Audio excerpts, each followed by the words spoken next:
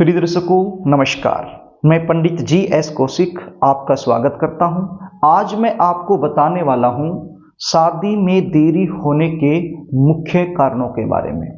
आपकी उम्र शादी के लायक हो चुकी है, शादी के लिए लगातार प्रयास किया जा रहा है, लेकिन प्रयास करने के बावजूद भी शादी में देरी बनी हुई है, तो इसका मुख्य कारण क्या बनता है, इसी के बारे में आज आपको बताने वाला हूं। कार्यक्रम को आगे लेकर के चलूं, इससे पहले आपसे निवेदन करना चाहूंगा, यदि आप चैनल पर नए हैं और अभी तक आपने इस चैनल को सब्सक्राइब नहीं किया है, तो मुझसे लगातार जुड़े रहने के लिए अभी इस चैनल को सब्सक्राइब कर लीजिए, बेल आइकन को भी प्रेस करके रखिए, ताकि हमारी आने वाले इसी प्रकार की नई वीडियो का नोटिफिकेशन आपको मिल सके और वो वीडियो आप आसानी से देख पाएं। तो प्रिय दर्शकों, आप अपनी जन्म कुंडली खोलकर बैठ जाइए, और यदि आपके पास आपकी जन्म कुंडली बनी हुई नहीं है, तो फिर आजकल मोबाइल फ़ोन में बहुत सारे ऐप चले हुए हैं। किसी भी ऐप में आप अपनी जन्म डिटेल भरकर तुरंत जन्म कुंडली का निर्माण कर सकते हो। आपके पास जो जन्म कुंडली बनी हुई है, उस जन्म कुंडली को अच्छे से देखिए आओ, और साथ में स्क्रीन पर देखिए। स्क्रीन पर जो जन्म कुंडली का चार्ट आप देख पा रहे हैं, इस प्रकार के चार्ट आपकी जन्म कुंडली में एक से अधिक आपको देखने को मिलेंगे। तो आपने देखना कौन से चार्ट को है, लगन कुंडली चार्ट के नाम से आपको मिलेगा, उसको देखिए और जन्म कुंडली के सप्तम भाव को देखिए। अब सप्तम भाव कौन सा होता है, आप स्क्रीन पर देखिए, जहां पर 7 नंबर लिखा हुआ है, ये जन्म कुंडली का सप्तम भाव होता है। तो आपकी लगन कुंडली चार्ट का जो सप्तम भाव है, यदि वहां पर 10 नंबर लिखा है या फिर 11 नंबर लिखा है, दोनों में से कोई भी यदि एक नंबर लिखा हुआ है, तो आप ये मानिए शादी में देरी होने की संभावना बन जाएगी। ऐसे बच्चों की शादी देरी से होती है। अगला पॉइंट नोट कर लीजिए, यदि जन्म कुंडली के पहले भाव में, अब पहला भाव कौन सा होता है, जहां पर 1 नंबर लिखा हुआ है, इस कुंडली के अंदर ये पहला भाव होता है।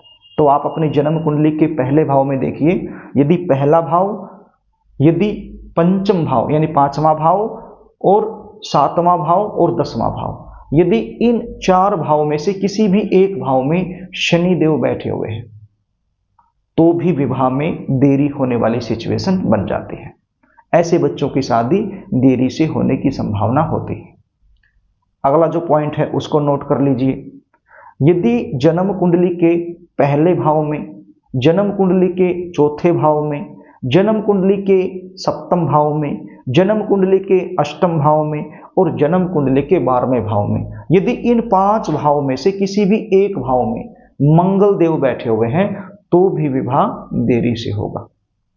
ऐसे बच्चों की शादी देरी से होने की संभावना बन जाती है। अगला पॉइंट नोट कर लीजिए, यदि जन्म कुंडली के 6ठे भाव में और जन्म कुंडली के अष्टम भाव में कोई भी क्रूर ग्रह बैठा हुआ है, तो भी विवाह देरी से होगा।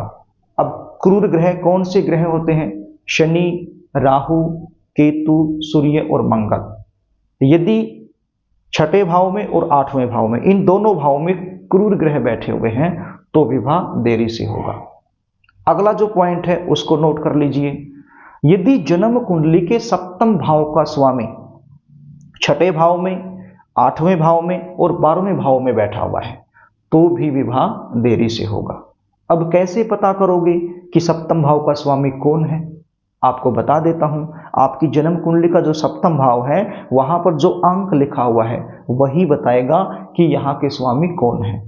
सपोज कीजिए आपकी जन्म कुंडली के सप्तम भाव में 1 नंबर लिखा है, तो स्वामी कौन बनेंगे, मंगल देव। यदि 2 लिखा है तो शुक्र देव, यदि 3 लिखा है तो बुध देव, यदि 4 लिखा है तो चंद्र देव, यदि 5 लिखा है तो सूर्य देव, यदि 6 लिखा है तो बुध देव, यदि 7 लिखा है तो शुक्र देव, यदि 8 लिखा है तो मंगल देव, यदि 9 लिखा है तो देव गुरु बृहस्पति, यदि 10 लिखा है तो शनि देव, यदि 11 लिखा है तो भी शनि देव, और यदि 12 लिखा है तो देव गुरु बृहस्पति।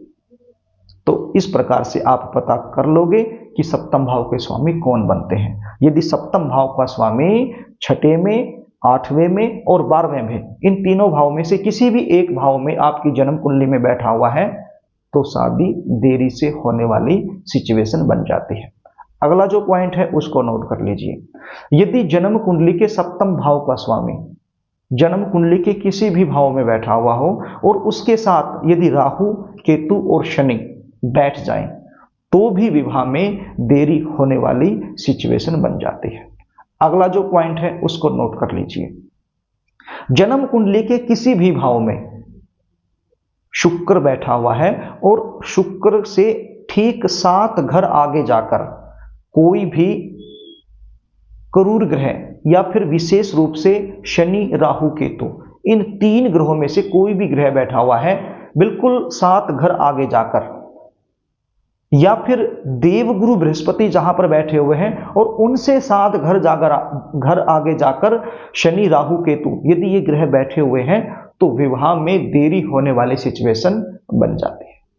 तो प्रिय दर्शकों, ये बिल्कुल आसान सूत्र थे जो मैंने आपको बताए।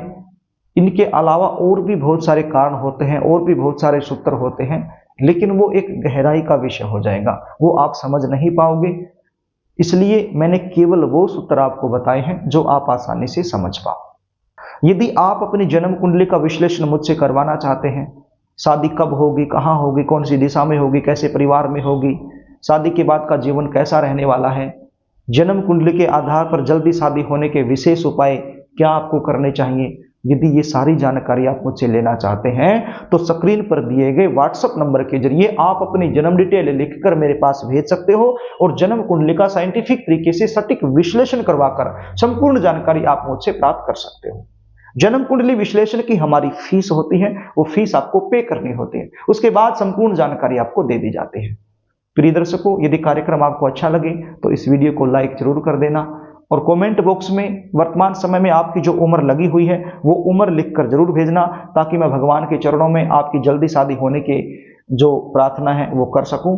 और अभी तक आपने चैनल को सब्सक्राइब नहीं किया है तो मुझसे लगातार जुड़े रहने के लिए चैनल को सब्सक्राइब जरूर कर लेना। आज के लिए बस इतना ही, आगे फिर मिलेंगे, तब तक के लिए नमस्कार।